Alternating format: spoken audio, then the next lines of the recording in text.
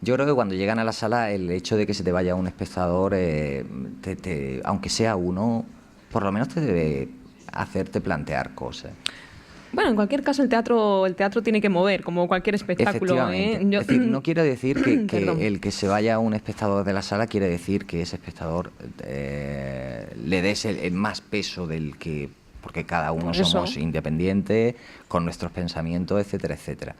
Pero sí que creo que cuando tienes un público tampoco te puedes aislar tú como creador y crear como una distancia. Yo creo que debes encontrar la empatía con el público porque a fin de cuentas a ti te mueven unos temas, pero la finalidad de esos temas es la comunión con el público. Y no hay teatro si no hay público. ¿Y cómo hacéis vosotros precisamente para transmitir estos temas en principio que no llaman la atención? Digo lo de en principio muy insistentemente porque, en fin, eso es el cliché, ¿no?, que nos han vendido.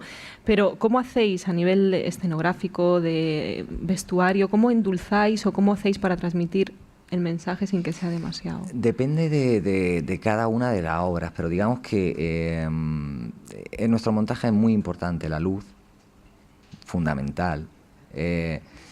Y normalmente muchas de los 3 montajes que tenemos ahora mismo, 2 de ellos son como muy atemporales.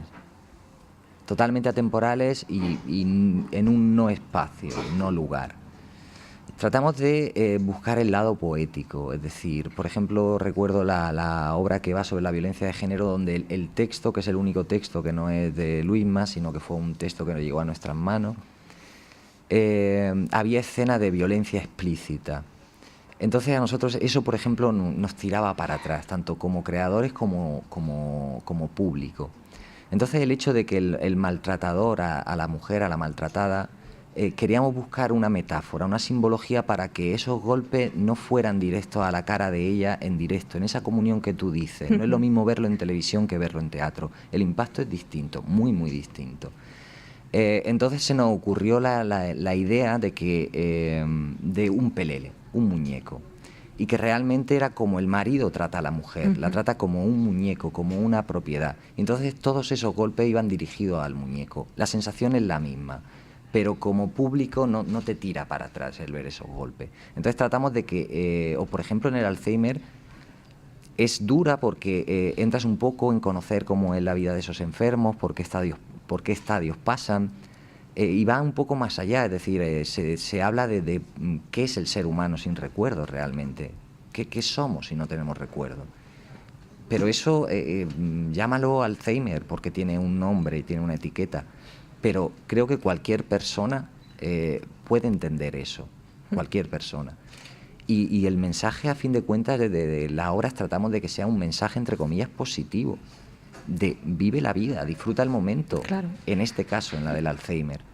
Date cuenta de lo que hay, empatiza con ello, vívelo, siéntelo, siéntete como esa persona. Disfruta la vida, porque en este caso del Alzheimer, ahora mismo empiezan a verse un poco la luz al final del túnel, pero realmente ni se sabe qué es lo que provoca esta enfermedad, si es genética, si hay una serie de cosas que dicen que ayudan a por lo menos alargar el que aparezca, lucidez, ¿no?, el que aparezca la enfermedad, pero ni hay tratamiento ni se sabe realmente qué es lo que lo provoca, con lo cual el mensaje de esta obra era realmente, había una parte que decía, yo no sé si lo tendré, si lo padeceré, así que disfruta la vida.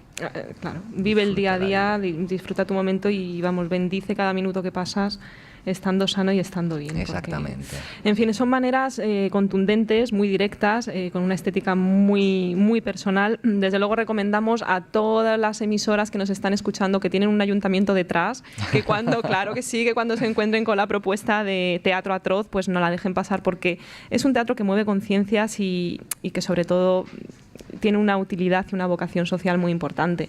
Desde luego nosotros, contad con nosotros. Gracias. Fernando, aquí apoyándoos. Y lo que quiero es que nos cuentes también de este espectáculo que estáis preparando ya para estrenar dentro de muy poquito tiempo. Efectivamente. Y que es para los más pequeños. Sí, es un espectáculo para los más pequeñitos. Hicimos una incursión en el mundo del teatro para niños, pero queríamos trasladar un poco lo que es la estética visual que tiene nuestro espectáculo, llevarlo a los más pequeños.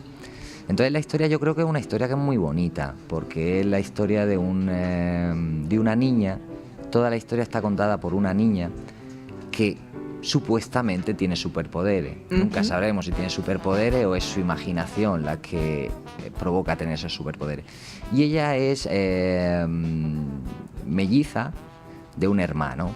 El hermano parece ser que tiene un cierto retraso, y toda esta historia está contada por la niña que le habla a la barriga de su madre que espera a otro niño. Entonces amigo. le cuenta toda esta historia de cómo ella y pasa por todas lo que son las fases de aprendizaje. Es decir, es como muy fantasioso, porque de hecho la madre era muy alta, el padre pequeño, y dice que cuando el padre le lanzaba un beso, la madre lo recibe a la mañana siguiente.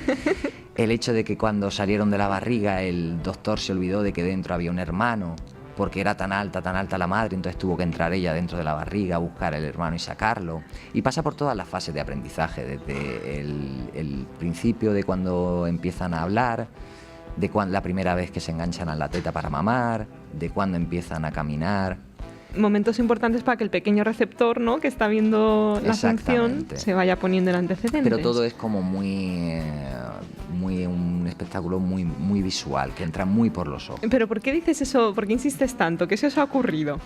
Verás tú, miedo me dais. Es decir, hay imágenes que se pueden ver, por ejemplo, hay momentos donde se juegan como a dos planos, donde se juega a la madre, que está como en un plano en alto, en el que se ve al doctor cómo llega el momento en el que ella sufría los dolores del embarazo, que llega al hospital, y cómo el doctor empieza a sacar a esos niños. Entonces hay como una bola gigante, y entonces es como estar dentro de lo que era la barriga de la madre y cómo sale la niña de esa barriga. No, es que está todo muy planificado y muy bien pensado. No lo dejáis al azar, me parece, Luisma Soriano y Fernando Ripoll. Pensado está, ya que funcione o no funcione lo veremos dentro de muy poquito. Dentro de nada, lo avisaremos también, si te parece, aquí desde el programa, y claro.